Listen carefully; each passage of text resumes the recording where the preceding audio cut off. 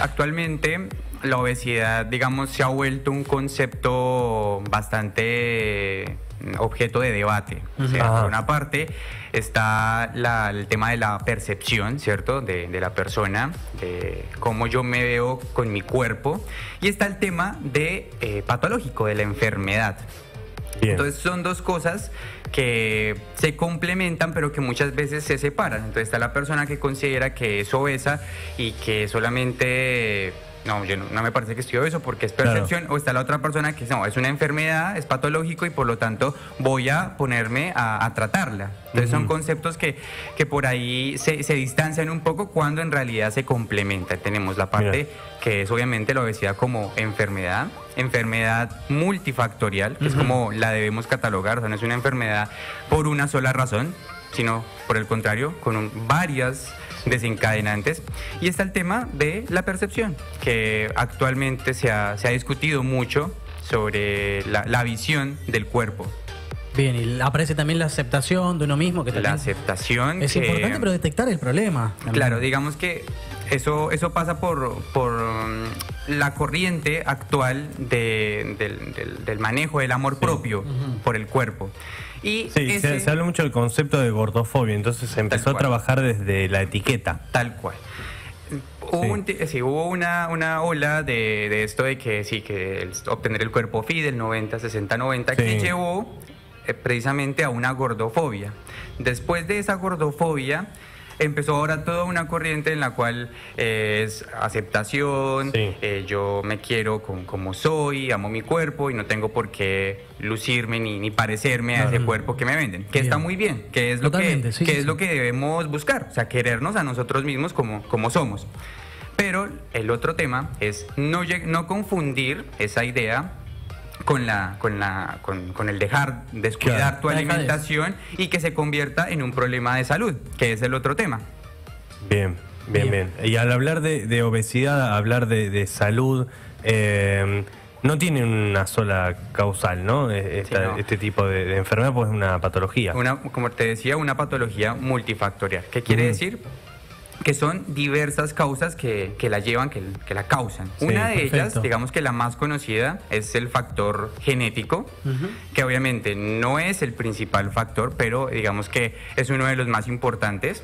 Es que yo tengo unos genes, digamos que provienen de mis ancestros, de mis padres, de mis abuelos, que pueden estar durante un tiempo, por decirlo de un modo, dormidos, y de acuerdo a mis hábitos se pueden o no despertar para llevarme a un problema como la obesidad o un problema como la diabetes, la hipertensión o cualquier otra patología. Bien. Eso por un lado.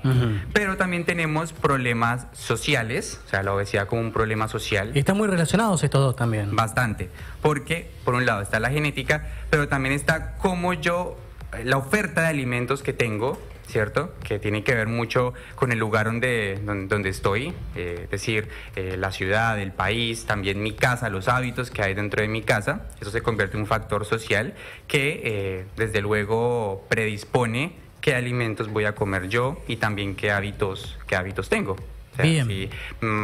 Menos actividad física, más horas delante del televisor, más horas en el celular o con videojuegos, o menos horas de actividad física o mayor consumo de alimentos calóricos. Esa es la parte social. Ahora tenemos otro componente que muchas veces no se ve, pero que está ahí, es muy fuerte. Está el conductual y el psicológico. Este es muy profundo. Bastante profundo, o sea, porque es cómo la persona se percibe precisamente y cómo acepta esa realidad. Tenemos la persona que es obesa, que por ahí en esa percepción que tiene, esa aceptación, por ahí no le imprime la importancia que debe tener. Entonces digamos que por algún problema de autoestima, ¿cierto? Ya sea de bullying o algún problema psicológico, lleva o se escuda esos problemas en un mayor consumo de alimentos. Entonces digamos que el alimento también lo usan como un escudo para resguardarse. Sí. Es la típica de tengo ansiedad, voy a comer algo. Claro. Eso pasa. Se busca en el placer de justamente de comer, que esto que hablábamos antes en otro momento del programa, también, ¿no? Genera una satisfacción quizás que se encuentra en otro punto, que digamos, en contrapartida, algo que genera angustia, que genera dolor, bueno, se encuentra el placer en la comida, en el comer. Tal cual, es el digamos que el mal manejo que hay de las emociones y que nos pasa constantemente y en algunas personas más que otras. Ese desequilibrio, digamos que a nivel mental, por decirlo de una forma, en el tema de los neurotransmisores que nos generan este gusto por los alimentos y que después también nos lleva a una saciedad. Cuando hay ese desbalance por algún problema de depresión, de ansiedad, de estrés, etcétera, tenemos estos problemas. Estamos hablando con Jorge Rodríguez Letrado, director de Roll Nutrition, con su columna tradicional de todos los miércoles. Hoy sobre la obesidad, ¿no? Y hablar de esto como un problema multifactorial, donde hay un montón de puntos interesantes que estamos debatiendo, conociendo y aprendiendo aquí con un profesional. Algo que también me parece quizás hasta un desafío para vos como nutricionista es cómo ayudar a esa persona que se acerca a tu consultorio a combatir un problema de obesidad teniendo en cuenta todos y cada uno de estos factores. Sí, realmente ese es el otro reto. O sea, el abordaje al paciente que acude en un estado de obesidad o de desorden alimentario. Sí. Y es entender el problema de la obesidad, más allá de que es multifactorial, pero un problema de manejo integral. Es decir, no es solo una persona que tiene, digamos, la receta mágica o la varita mágica para tratarlo, sino que es todo un equipo. Entonces, obviamente tenemos el nutricionista, que se encarga obviamente de toda la parte de esa organización y ese planteamiento de objetivos, pero también tenemos un manejo psicológico, que ya en otro programa lo habíamos mencionado, que es la parte integral, un manejo médico, un manejo también de la parte fisioterapia, la parte terapéutica, de movimiento corporal, pero sobre todo está en ese comprender o establecer unos objetivos realistas, que es lo que muchas veces los pacientes con obesidad no logran comprender. O sea, ver la obesidad, que es un proceso que lleva tiempo tratar y que por ahí los objetivos no son tan rápidos de lograr como por ahí se quiere, lamentablemente, tengo que decir, lamentablemente, porque sí, buscamos, digamos que en ese afán de lograr ese objetivo, creemos que de un día para otro se logran cambios. Claro. Y realmente es un proceso que debe abordarse con un acompañamiento integral y también familiar, ¿cierto? Primero de comprender, de amar mi cuerpo, ¿cierto? Sí. Y ya cuando yo tomo esa decisión, emprender todas estas estrategias nutricionales para lograr ese cambio. ¿Te ha ocurrido, Jorge, que te encontrás muchas veces con personas o algunas frases o palabras de gente que no se considera dentro de esta categoría? Digamos, hablamos de obesidad, sobrepeso. Antes nos comentabas, antes de salir al aire, una nueva categoría que ha establecido la OMS. Pasa esto de que, bueno, no se genera o no se busca reprogramar un poco cómo uno se alimenta, las actividades que realiza. Hay mucho sedentarismo en esta época, más con todo lo de la pandemia y el encierro. Digamos, hay una falta de percepción de cómo uno está alimentando su cuerpo, cómo vive. Así es. Digamos que normalmente la clasificación que se tiene en los pacientes es: ¿estás normal?, ¿estás con sobrepeso o estás con obesidad? Eso medido con el IMC, el famoso índice de masa corporal, que es la división entre tu peso, entre tu talla. Entonces, con eso, digamos que tradicionalmente se ha diagnosticado el sobrepeso o la obesidad. Pero ¿qué pasa? Digamos que ese índice de masa corporal muchas veces es un resultado un poco mentiroso. Porque no tiene en cuenta factores como el porcentaje de grasa, el porcentaje de masa muscular, porcentaje de agua, porcentaje de masa ósea. Entonces por ahí te da un resultado que sobreestima o subestima también la condición de cada persona. Claro. Ahora, en esa clasificación que tenemos un paso intermedio a la obesidad, que es el sobrepeso, que todos conocemos como sobrepeso. ¿Qué es lo que más se da? Claro, digamos que es el mayor porcentaje de las personas que tienen algún problema de sobrealimentación. Entonces, cuando una persona tú le diagnosticas con sobrepeso, muchas veces esa persona no entiende la magnitud de lo que eso significa. Es como, bueno, sobrepeso, sí. Me excedí un poco. Sí, me excedí un poquito, claro. y solamente tengo que comer menos. Pero digamos que en esa percepción de ese concepto, por ahí no se le da la importancia de que es el paso previo a la obesidad. Entonces, ahora, digamos que en todo el ámbito de salud, se busca cambiar ese concepto de sobrepeso por el concepto de preobesidad. Claro. Digamos que cuando tú escuchas preobesidad, sí, genera una alerta mayor que si escuchas solamente sobrepeso. Entonces, en esos pacientes ya no los tratamos de ver como sobrepeso, sino como preobesidad, un factor anterior a ya la obesidad como tal. Bien. Hay un montón de cositas para seguir dialogando, para seguir debatiendo y conociendo. No me quiero alejar tanto ni abrir tantas ramas porque llega una consulta relacionada a lo que hablábamos anteriormente, sí, cuando hablábamos de cómo encarar a una persona que se acerca a tu consultorio y hablabas de un equipo de trabajo. Acá nos dicen que también podría acompañarse con un endocrinólogo en esa mesa de trabajo, ¿no? Ese es el equipo médico. O sea, tenemos nutricionista, psicólogo y tenemos el médico, que en este caso sería el especialista en endocrinología, que en realidad sería el primer paso. O sea, primero la consulta con el endocrinólogo para analizar cómo están trabajando el metabolismo a nivel hormonal, y con ese concepto obviamente ya encarar un tratamiento nutricional. Entonces, digamos que es sumamente importante el trabajo de endocrinología, porque es entender cómo trabajan los neurotransmisores, cómo están las hormonas, si hay algún problema digamos interno a nivel metabólico que por ahí predisponga a esa condición de obesidad. Sí, eso te quería consultar. En muchos casos se habla de algún desorden en el metabolismo, o no sé si es el término adecuado, como principal factor dentro de algún tipo de sobrepeso, de obesidad. ¿Puede darse esto, que sea predominantemente un desorden hormonal? Un desorden hormonal, y muchas veces ocurre en alteraciones de lo que es la tiroides, la glándula tiroidea. Sí. Con hipertiroidismo o con hipotiroidismo, que es lo más común. En el hipotiroidismo, que es cuando hay esta afectación, por lo general la persona tiende a aumentar de peso, por más de que venga comiendo normal, digamos que una alimentación estándar, la que lleva toda su vida, pero cuando se enfrenta a este problema de salud, este desbalance hormonal, se ve enfrentada a un aumento de peso o de mayor acumulación de porcentaje de grasa. Entonces, digamos que en estas situaciones, cuando no hay un diagnóstico previo, los tratamientos por ahí no logran la misma efectividad. Entonces, es importante, desde luego, tener un diagnóstico de cómo se está trabajando las hormonas y entender ese metabolismo.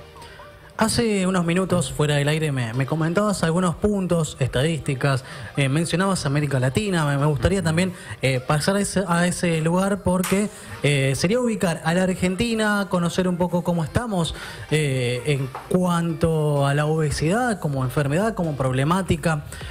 Algo que también dialogamos en este tiempo de pandemia, que el coronavirus vino a abarcar y a sacar todo tipo de pandemia del radar. Hace un tiempo atrás, la Organización Mundial de la Salud habló sobre la obesidad y la mencionó como una pandemia. Así es, Maxi. Hace poco tiempo, precisamente, antes de la pandemia, en el 2018, hubo un comunicado de la OMS donde se declaraba la obesidad como la pandemia del siglo XXI. Y mira, el coronavirus la vino a esconder un poquito, y ese es uno de los retos que tenemos post-pandemia, ¿no? No descuidar la obesidad, porque el problema de la obesidad no es solamente un problema personal o familiar, es un problema casi que de Estado. Por ejemplo, ahora, por darte un ejemplo, en los Estados Unidos, casi por cada $7 que se invierten en cualquier una de las ramas de salud, $1 está destinado a la obesidad. Que eso habla de la carga económica que representa tener un ciudadano con esta patología. Claro. Y ahora, ya viéndolo, o sea, si nada más en Estados Unidos, donde tenemos esta situación, si lo encaramos en Latinoamérica, realmente la situación se vuelve un poco más alarmante. Si lo vemos, por ejemplo, acá en Argentina, donde los porcentajes de obesidad han aumentado, o sea, se puede decir, se han triplicado en los últimos 50 años, más o menos desde los años 70, o sea, el número de personas con obesidad, diagnosticadas con obesidad o preobesidad, prácticamente ha 3 veces mayor que lo que teníamos. Y la previsión para el futuro realmente que es mucho peor. Y esto deriva obviamente no solamente de la alimentación, también de los hábitos que estamos teniendo, del sedentarismo, de las horas que tenemos en el celular, ahora con las redes sociales, con todo el entretenimiento que tenemos, el oficinismo, que es muchas horas sentado frente al computador. Eso digamos que altera y se ve reflejado en estas cifras que podemos observar, no solamente pues, a nivel de país, sino en el mundo. Sí, te quería comentar, justo estaba viendo a ver si había un informe, ¿no?, en lo que es a nivel de Argentina como gobierno, como Estado, y en el sitio oficial argentina.gov.ar hay una estadística que dice de cada 6 argentinos adultos, de cada 10, 6 adultos tienen exceso de peso. Y luego niños y niñas, que también esto es un tema muy importante, y aparte para comentar, el 30% de los niños en edad escolar tiene sobrepeso y el 6% obesidad. Y realmente alarmante esa cifra. Es una cifra para preocuparnos de cara al futuro y el manejo en salud que queremos, ¿no? O sea, porque digamos que hoy por hoy, como decíamos, la pandemia viene a tapar un poco todos estos problemas previos que teníamos de salud, y realmente que la obesidad es un problema silencioso, te podría decir. O sea, un problema que muchas veces no se tiene en cuenta, que se tapa, pero que vino para quedarse y que se está expandiendo lentamente en cada una de nuestra población y sobre todo en la población infantil. ¿Sabes qué? Que pensando en Argentina, yo no sé, veo los hábitos que tenemos, el acompañar todo con un paquete de masitas, con un alfajorcito. Sí, comer con pan. Comer con pan, también, ¿viste? Son un montón de cosas que... un montón de personas que quizás no tienen problemas de obesidad lo toman como hábitos, y aquellos que ya empiezan a percibir problemas de obesidad lo tienen como vicios, y la dificultad que hay para sacarse todo este tipo de hábitos, de momentos y de vicios, como les decía, para poder alimentarse, ¿no? Es tremendo, es muy preocupante esto de pensar en los números. Argentina está en el puesto número 3 en América Latina, si no me equivoco. Sí, está en el top 3 de países con mayor índice de obesidad, junto con México y Chile. Son los países con mayor obesidad. Realmente que se puede decir que la obesidad nos está ganando la batalla hasta ahora, pero no nos podemos quedar quietos. O sea, todo depende, si bien, del manejo integral, pero mucho el énfasis en la educación alimentaria, y sobre todo en la población infantil. ¿Y qué es la educación alimentaria? Incluir, digamos, la parte nutricional, incluso como materia, dentro de el componente de los planes educativos. Incluso se ha hablado que sea transversal, como la ESI, que sea tal cual, que se pueda llevar a la casa también, que se pueda llevar a la casa y tratar como un tema común, o sea, normal. Es muy importante esos hábitos, precisamente para a largo plazo combatirlo. No es fácil, obviamente, porque es un componente social, ¿cierto?, de cómo nosotros nos alimentamos como país, pero ese es el reto, y solamente se logra con educación, como todo. Jorge Rodríguez, letrado con nosotros, director de Roll Nutrition, que siempre bajo el lema de la posibilidad de alimentarte inteligentemente. Se pueden comunicar con vos a través de las redes sociales, está también el número de teléfono en la publicidad, hacer su consulta, no tener miedo. Me parece que esto es muy importante, ¿no? Hablar del nutricionista, del profesional en el mundo de la alimentación. Eso que dices, Maxi, es muy importante, es el miedo a reconocernos como una persona obesa, precisamente por esa gordofobia. Es más, hay una estadística que dice, que comparan entre hombres y mujeres, que las mujeres se preocupan más por su peso. En cambio, a nosotros los hombres nos da miedo y no reconocemos ese problema. Y realmente lo normalizamos. Lo normalizamos precisamente, y no le ponemos atención. Entonces, digamos que el hecho de ir al nutricionista es, digamos, como, uy, no, esto solamente es un problema estético. Entonces, no es así. Es un problema más grande obviamente, de la percepción, pero sobre todo de reconocerse. Bien. Como te repito, no buscamos un cuerpo 90, 60, 90. Realmente ese término está mandado ya. Y no por ser flaco una persona saludable tampoco. Y también no por ser flaco es ser una persona saludable. O sea, no se busca eso, entenderlo como el cuerpo fit, delineado, sino precisamente estar bien de salud. Que puedas, digamos, disfrutar de tu cuerpo, disfrutar de tu vida, disfrutar de tu alimentación también, de lo que te gusta, pero manteniéndote sano en ese sentido.